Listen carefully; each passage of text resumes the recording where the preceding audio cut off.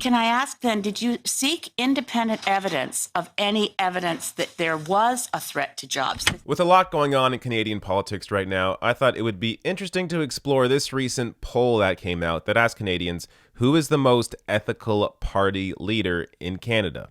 And they also ask which party is the most ethical party. So before I show you the results, if it isn't already spoiled in the thumbnail or somewhere else, full disclosure, I ran as a candidate in this party with this leader. So here's the result. Nanos survey finds Canadians believe Elizabeth May is most ethical party leader. The results of the study, which was commissioned by CTV News, showed 23.2% of survey respondents picked May as the most ethical federal party leader. Andrew Scheer came second with 21.4% of the survey respondents selecting the Conservative leader, while Liberal leader Justin Trudeau came third with 16.9%. NDP leader Jagmeet Singh had 6.1%, and People's Party of Canada leader Maxime Bernier had 3% of the vote. Now, I have to say, I was kind of surprised. Now, if you ask me, it's not even close. I mean, Elizabeth May is by far the most ethical party leader. But this is surprising considering she's the only member of parliament that's a Green Party member. The Green Party leader is the only Green MP in Parliament.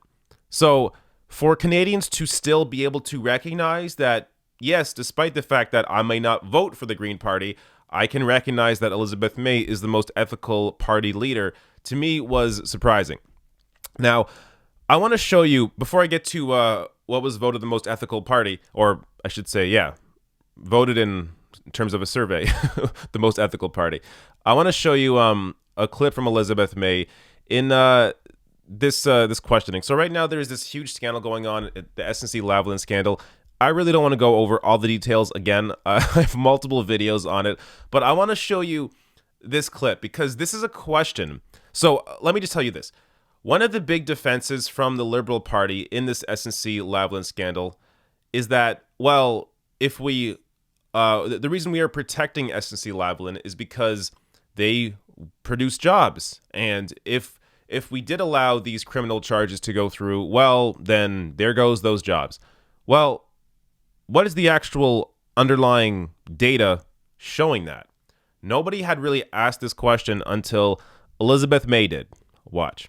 Did that lead to you having conversations with SNC-Lavalin's lawyer on the subject of these threats that they might leave the country? No, I've never had a conversation with Justice Iacobucci on SNC-Lavalin. Can I ask then, did you seek independent evidence of any evidence that there was a threat to jobs? This is all riding on the threat to jobs, but based on the 2018 audited financial statements of SNC-Lavalin, they currently have $15 billion in back orders. Mm-hmm. They have a very secure financial situation with gross revenues of $10 billion. Is there any evidence that jobs were actually at stake by letting this go through the courts and letting the independent director of public prosecutions do her job and the attorney general also do her job? Well, that's too bad.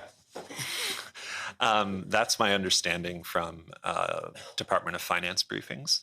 But I have to say it's been a long time and I can't recall anything specific. Liz? Merci. On va passer maintenant à Monsieur Plamondon. Monsieur Plamondon? Oui. No. To be clear, I can't recall, I cannot cite a specific study being done on a specific day by a specific person.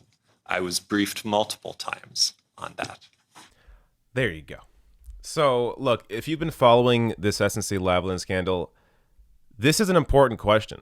I mean, the entire Liberal defense rests on this. The idea that, we had to protect SNC-Lavalin. We had to ensure that there was a deferred prosecution agreement and that they wouldn't be charged criminally or that the charges wouldn't go through because it would impact their ability to have these jobs for Canadians. But there's no proof. I mean, Gerald Butts, he wasn't able to cite anything that is supposed to be their main point of contention. So this shows you, though, I mean, to get back to Elizabeth May, this shows you her ability to understand, to to really deeply understand these issues and go after what is most important and be able to show Canadians that actually, you know what, your entire argument that you're basing this on, in fact, is flawed. And if you have no proof that this would have affected jobs, then you really have no argument to begin with. And even if, look, I could go down this road forever. I mean, even if there was proof of that, that doesn't mean that a giant corporation should be able to break the law and get away with it. But that's a whole other discussion I don't want to get into. I want to show you the other part of the results from this survey that asked who is the most, or which federal party is the most ethical.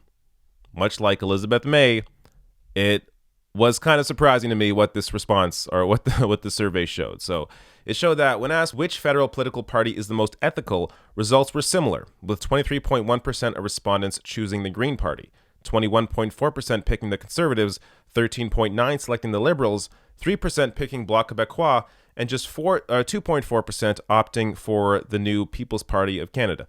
12% of respondents were unsure.